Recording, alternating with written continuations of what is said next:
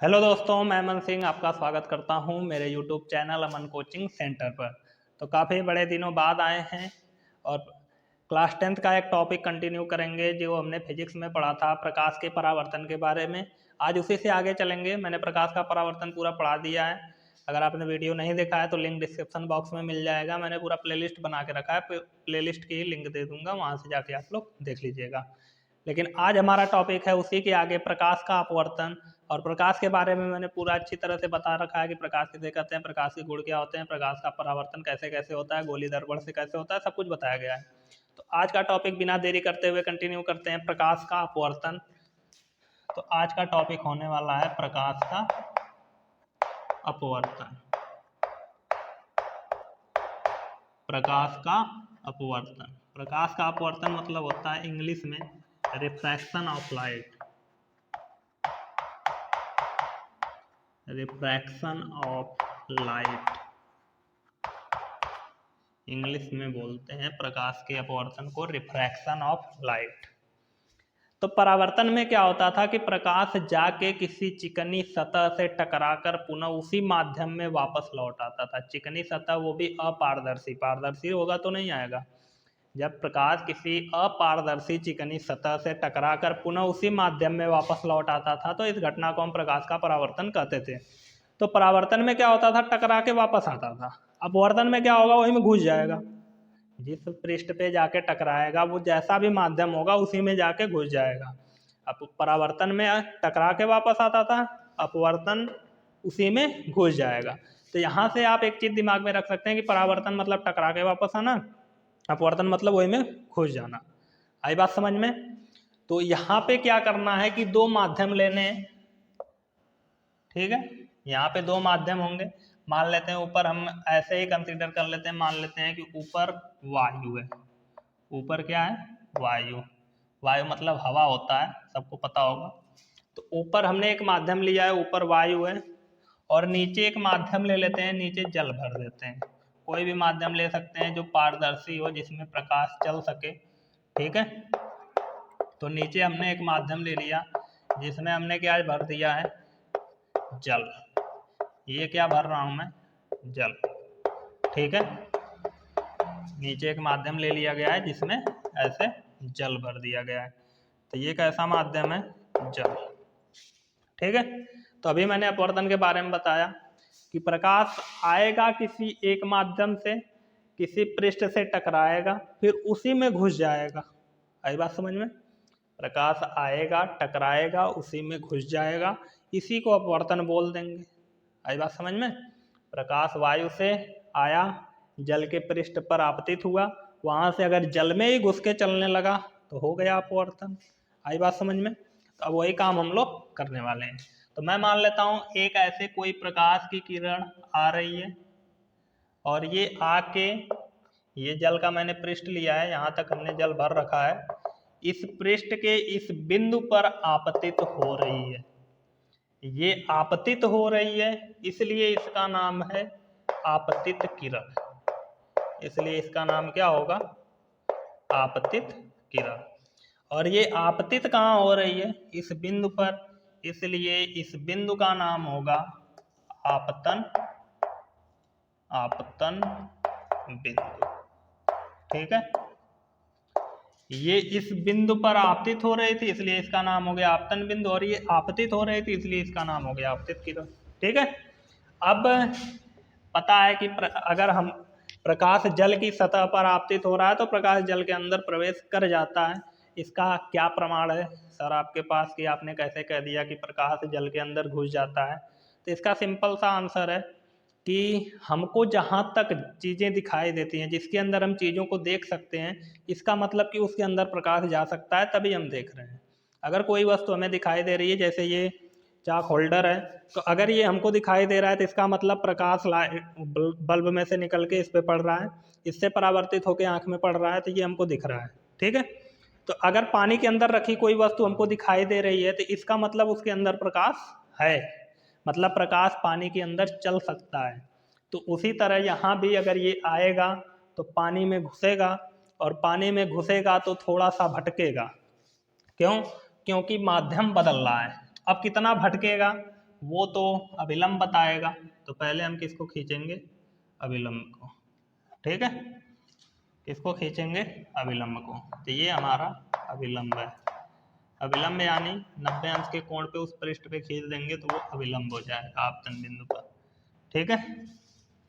अब अगर यहाँ पे ये इतने कोण पे अभिलंब के साथ ये आपतित किरण अगर इतने कोण पे आपतित हो रही है तो इसका नाम हम क्या रख देंगे, आपतन कोण, क्योंकि आपतित किरण के साथ बना रहा है अभिलंब के बीच, आपतित किरण और अभिलंब के बीच जो कोण बनता है आपतित किरण के साथ बन रहा है तो आपतन कोण नाम देते हैं।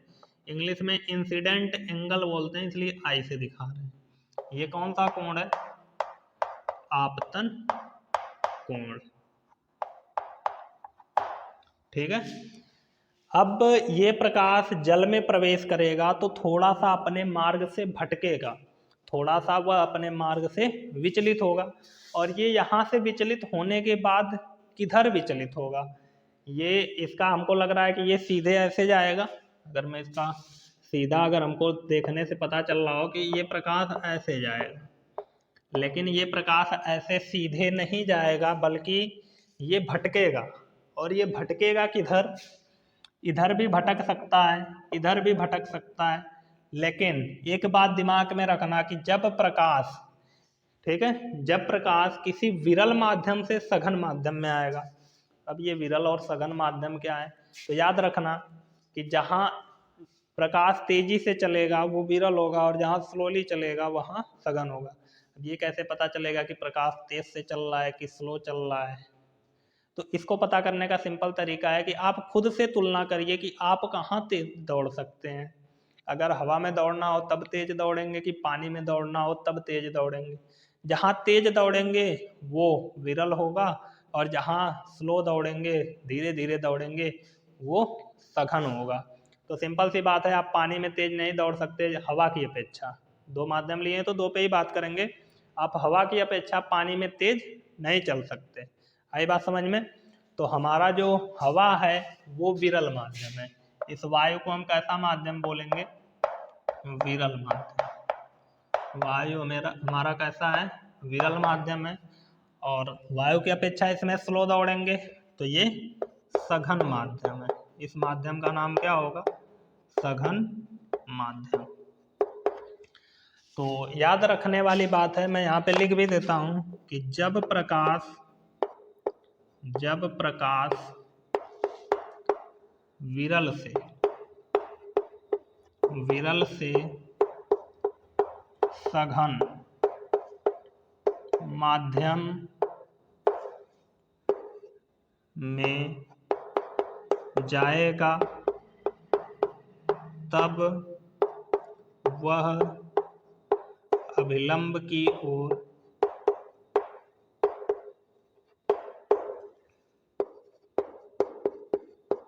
झुक जाएगा, अभिलंब की ओर झुक जाएगा। आई बात समझ में। ये पॉइंट, इंपॉर्टेंट पॉइंट से इसको लिख के अच्छे से रख लीजिएगा, ये बहुत इंपॉर्टेंट है क्योंकि आगे बहुत जगह यूज होने वाला है। और इसी का उल्टा होगा, जब प्रकाश विरल से सघन में जा रहा है तो अभिलंब की ओर झुक रहा है, तो सघन से विरल में जाएगा तो क्या होगा, सघन से विरल में जाएगा तो क्या होगा, दूर हट जाएगा। जब उल्टा हो रहा है ना, विरल से सघन में आ रहा है तो अभिलंब की ओर झुक रहा है, और जब सघन से विरल में जाएगा तो अभिलंब से दूर हट जाएगा। तो दूसरी पॉइंट है हमारी हो जाएगी कि जब प्रकाश सघन से विरल माध्यम में, सघन से विरल माध्यम में जाता है तो वह अभिलंब से दूर, ये दूर लिखा है मैंने, हटता है। तो जब प्रकाश सघन से विरल में जाएगा तो अभिलंब से दूर हटेगा, और विरल से सघन में जाएगा तो अभिलंब की ओर झुक जाएगा। तो यहाँ पे क्या हो रहा है, प्रकाश हमारा विरल माध्यम से सघन माध्यम में प्रवेश कर रहा है, तो ये हमारा अभिलंब है, ये इसका वास्तविक पथ है। तो अभिलंब की ओर थोड़ा सा झुक जाएगा, मतलब ऐसे जाएगा। ये प्रकाश ऐसे न जाकर बल्कि कैसे जाएगा, ऐसे जाएगा। तो भटक गया ना, जाना था इसको सीधा, थोड़ा सा विलंब की ओर झुक गया। तो ये झुक गया, इसी को बोलेंगे अपवर्तन। मतलब ये यहाँ से अपवर्तित हो गया, इधर आ गया। तो अब इसका यहाँ से अपवर्तन हो गया, तो ये अपवर्तित किरण हो गई, क्योंकि इस पॉइंट से इसका क्या हो गया, अपवर्तन। तो इसका नाम हो गया अपवर्तित किरण। इसका नाम हो गया अपवर्तित किरण। और ये अपवर्तित किरण अभिलंब के साथ जो कोण बनाएगी उसका नाम होगा अपवर्तन कोण। मतलब रिफ्रैक्टिव एंगल स्मॉल r से प्रदर्शित करेंगे, इसको बोलेंगे अपवर्तन कोण। इसको बोलेंगे अपवर्तन कोण। और ये तीर का निशान दिखाना जरूरी है। तीर का निशान अगर आप चित्र में नहीं दिखाते हैं तो सिंपल सी बात है, हम समझ ही नहीं पाएंगे कि प्रकाश की किरण वायु से जल में आ रही है, विरल माध्यम से सघन माध्यम में आ रही है, या सघन माध्यम से विरल माध्यम में जा रही है।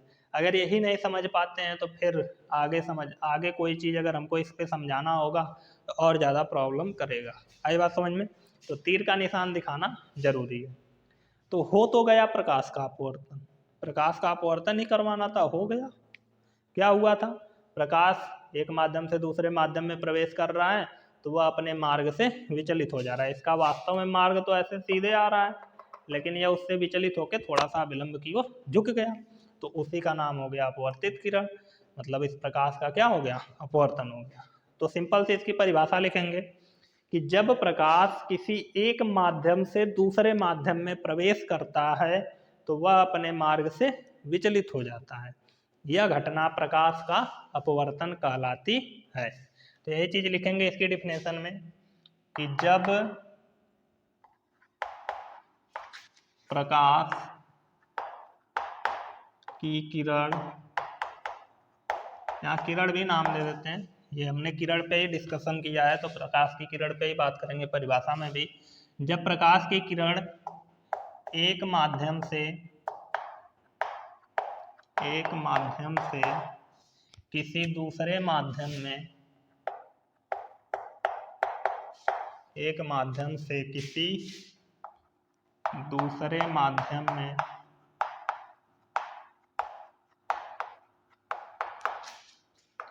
प्रवेश करती है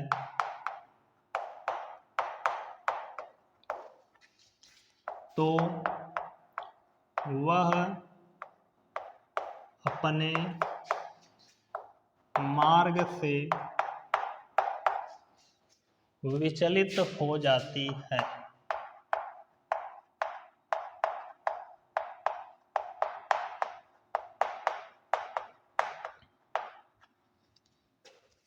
इस घटना को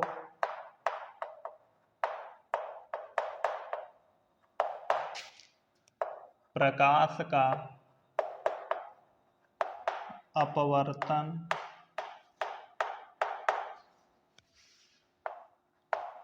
कहते हैं। इस घटना को प्रकाश का अपवर्तन कहते हैं। तो ये 3 लाइन की डिफिनेशन है, बहुत बड़ी डिफिनेशन नहीं है, बहुत बड़ी परिभाषा नहीं है, आपको आसानी से याद हो जाएगी। यहाँ पे देख सकते हैं जो हुआ था वही मैंने वहाँ लिखा है। प्रकाश की किरण अपने मार्ग से विचलित हो गई तो उसी घटना को प्रकाश का अपवर्तन कहते हैं। तो उम्मीद करता हूँ ये पूरा समझ में आ गया होगा, और नहीं समझ में आया तो थोड़ा सा रिवर्स जाके एक बार और देख लो। वैसे मैंने पूरी कोशिश किया है समझाने का, आ ही गया होगा समझ में। तो चलिए आगे बढ़ते हैं। अब प्रकाश के अपवर्तन को देख लिया गया, तो अब डिस्कशन करना है इसके बाद अपवर्तन के नियम को। तो इसके बाद देखेंगे अपवर्तन का नियम। अपवर्तन का नियम बहुत आसान से 2 नियम है। जैसे परावर्तन के 2 नियम थे वैसे ही अपवर्तन के 2 नियम है। और पहला नियम एकदम परावर्तन के नियम के जैसे ही है, तो पहला नियम पे ज़्यादा मेहनत नहीं करनी है। पहला नियम एकदम सेम टू सेम वही है, बस परावर्तित किरण की जगह हमको अपवर्तित किरण लिखना होगा, पूरा नियम बन जाएगा। दूसरे नियम को थोड़ा अलग है, उसको अच्छे से याद करना पड़ेगा। और अपवर्तन का जो दूसरा नियम है ये बहुत ज़्यादा इंपॉर्टेंट है, क्योंकि बहुत जगह यूज होता है, फार्मूलों के डेरिवेशन में यूज होता है, सवालों में ज़्यादातर यही यूज होता है। तो इसको एकदम दिमाग में रखना है अपवर्तन के दूसरे नियम को, और ये परीक्षा में भी बहुत ज़्यादा पूछा जाता है। तो मैं अपवर्तन का पहला नियम पहले बता देता हूँ। अपवर्तन के यहाँ 2 नियम होंगे। अपवर्तन के दो नियम होते हैं।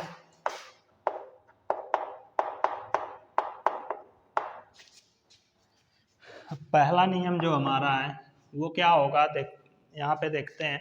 जो लोग देखे होंगे प्रकाश का परावर्तन वाला वीडियो उनको तुरंत समझ में आ जाएगा। आपतित किरण, अपवर्तित किरण तथा आपतन बिंदु पर, ये आपतन बिंदु हमारा है, यहाँ पे लिखा गया है आपतन बिंदु पर अभिलंब, ये अभिलंब जो खींचा गया है ये इस आपतन बिंदु पे ही खींचा गया, ठीक है।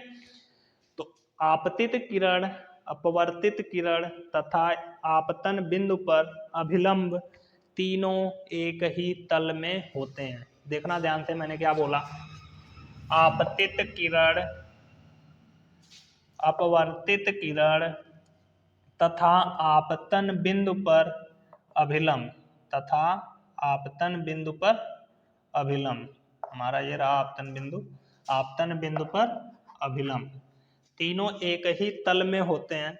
अब यहाँ दिक्कत क्या होती है लड़कों को, लड़के सोचते हैं कि ये तो दूसरे तल में हो गया, इसके ऊपर एक तल है, तो ऐसा कुछ नहीं है।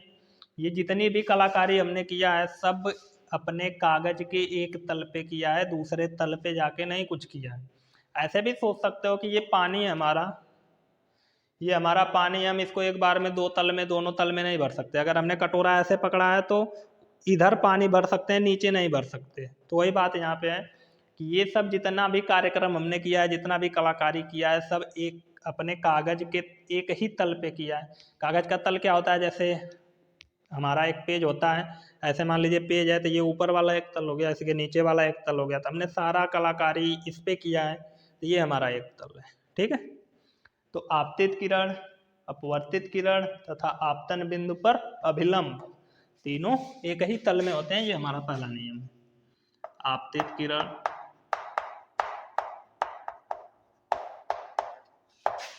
अपवर्तित किरण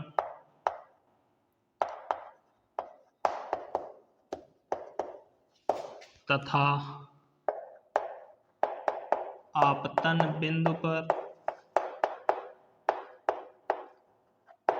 आपतन बिंदु पर अभिलंब तीनों एक ही तल में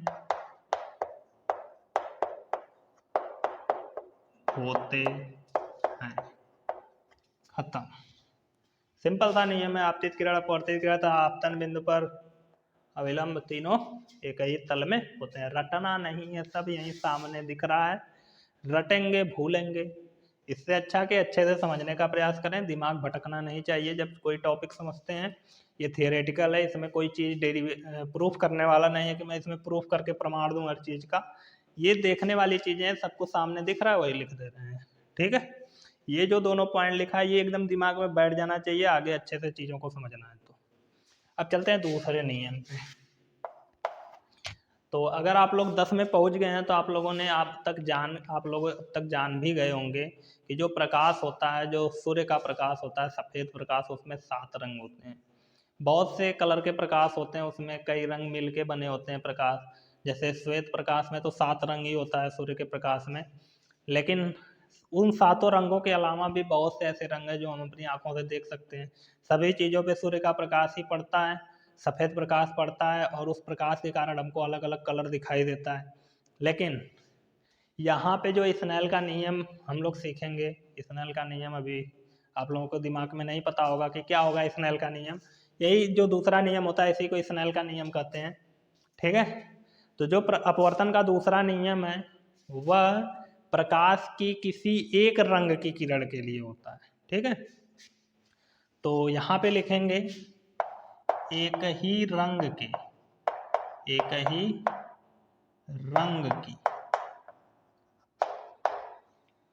प्रकाश की किरण के लिए, प्रकाश की किरण के लिए, एक ही रंग के प्रकाश की किरण के लिए, क्या एक ही रंग की प्रकाश की किरण के लिए क्या, ये जो आपतन कोण है इसकी ज्या, आपतन कोण की ज्या। अब 10th में हो तो मैथ तो पढ़ते ही होगे, उसमें ट्रिग्नोमेट्री नाम का एक चैप्टर है त्रिकोणमिति, उसमें पता होगा ज्या क्या होता है, कोज्या क्या होता है और स्पर्श ज्या क्या होता है। त्रिकोणमिति में 6 अनुपात होते हैं, sine tan cot sine cos tan cot sec cosec.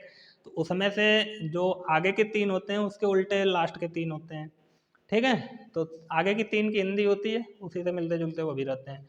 तो साइन की हिंदी होती है कोज्या, साइन की हिंदी होती है ज्या, कॉस की हिंदी होती है कोज्या, ठीक है। मैं जल्दी जल्दी में भूल गया, साइन की हिंदी होती है ज्या और कॉस की हिंदी होती है कोज्या और टैन की हिंदी होती है स्पर्श ज्या। यहाँ पे हमको बात करनी है कोज्या के लिए, आपतन कोण की कोज्या तथा अपवर्तन कोण की कोज्या। आपतन कोण की कोज्या को हम कैसे लिखेंगे, साइन आई, आपतन कोण आई साइन लिख दिया तो आपतन कोण की ज्या, तथा अपवर्तन कोण की ज्या, अपवर्तन कोण लिख दिया, अब इसके आगे साइन लगा दूंगा तो ये अपवर्तन कोण की ज्या हो गया। का अनुपात, अनुपात मतलब बटा, क्या होता है, नियतांक होता है, नियतांक, ठीक है। एक ही रंग की प्रकाश की किरण के लिए आपतन कोण की ज्या तथा अपवर्तन कोण की ज्या का अनुपात नियतांक होता है, यही अपवर्तन का दूसरा नियम है। तो मैं इसको पूरा कर देता हूं, आपतन कोण की ज्या, आपतन कोण की ज्या तथा, ज्या की हिंदी क्या होती है, कोष्टक में लिख देंगे साइन, ज्या की इंग्लिश क्या होती है, साइन, ठीक है, तथा अपवर्तन कोण की ज्या, अपवर्तन, बर्तन नहीं अपवर्तन,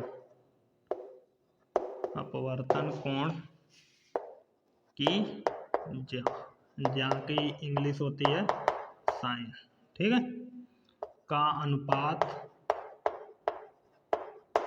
ये रहा ना अनुपात, क्या होता है, नियतांक होता है, नियतांक होता है। एकदम परफेक्ट जगह छोड़ा था मैंने। आपतन कोण की ज्या तथा अपवर्तन कोण की ज्या का अनुपात नियतांक होता है, यही हमारा अपवर्तन का दूसरा नियम है। उसको गणितीय रूप में ऐसे लिखा जाता है, साइन आई बटे साइन आर बराबर नियतांक, और यही नियतांक हमारा अपवर्तनांक के रूप में यूज होता है, जो कि हमको आगे पढ़ना है। ये बात समझ में, ये जो यन मैंने लिखा है इसको अपवर्तनांक बोलते हैं, ये आगे हमको पढ़ना है, तो मैं यहीं पे बस नाम करने के लिए लिख दिया हूँ। ज़्यादातर लोगों से अगर पूछोगे कि अपवर्तन का दूसरा नियम क्या है तो वो डायरेक्ट बताते हैं यन बराबर साइन आई बटे साइन आर, ठीक है। तो अब दिमाग में नहीं आएगा कि सर तो यन बताया ही नहीं थे, यन क्या आ गया, तो यन अपवर्तनांक होता है जो कि हमको आगे पढ़ना है। तो ये हो गया स्नेल का दूसरा नियम, अपवर्तन का दूसरा नियम। इस दूसरे नियम को स्नेल का नियम कहते हैं, तो यहीं नीचे लिख लेंगे, इसे स्नेल का नियम भी कहते हैं। तो ये हो गया आज का हमारा टॉपिक खत्म। हमने 2 चीज़ें पढ़ा, एक प्रकाश के अपवर्तन के बारे में जाना, एक उसके 2 नियम थे उसके बारे में जान लिया। अब आगे यही हमारा टॉपिक रहेगा, या फिर हम लोग आगे वाले टॉपिक में देखो 2 तरीके हैं आगे, या तो मुझे फार्मूले लेके चलना है, उसमें जो अपवर्तनांक निरपेक्ष अपवर्तनांक है इन सब के बारे में बताना होगा, यही होता है ज़्यादातर स्कूल में। लेकिन मैं सोच रहा हूँ कि अपवर्तन पे कुछ एग्जाम्पल दे दूँ, या फिर बाद में एग्जाम्पल दूँ जब पूर्णांतरिक परावर्तन पढ़ा दूँ तब, क्योंकि पूर्णांतरिक परावर्तन पे ज़्यादातर क्वेश्चन पूछे जाते हैं। जैसे रेगिस्तान में मरीचिका होती है, जब रेगिस्तान में हम बहुत दूर स्थित वस्तुओं को देखते हैं तो हमको उल्टा दिखाई देती है, और ऐसे जब धूप उप रहती है बहुत तगड़ी, हाईवे वाईवे पे गाड़ी चलाओ तो हमको लगता है कि हमारे सामने पानी है, झिलमिलाता है कुछ। तो वो सब चीज़ें हैं इसमें प्रकाश के अपवर्तन के बारे में, जो कि हमको आगे सीखना है। तो आज का वीडियो यहीं समाप्त करते हैं, आगे मिलेंगे अपवर्तनांक या निरपेक्ष अपवर्तनांक के साथ। एग्जाम्पल मैं इसके लास्ट में लेके चलूँगा, ठीक है। तो मिलते हैं अगले वीडियो में, तब तक के लिए धन्यवाद। आते रहिए, पढ़ते रहिए और मज़ा उठाते रहिए।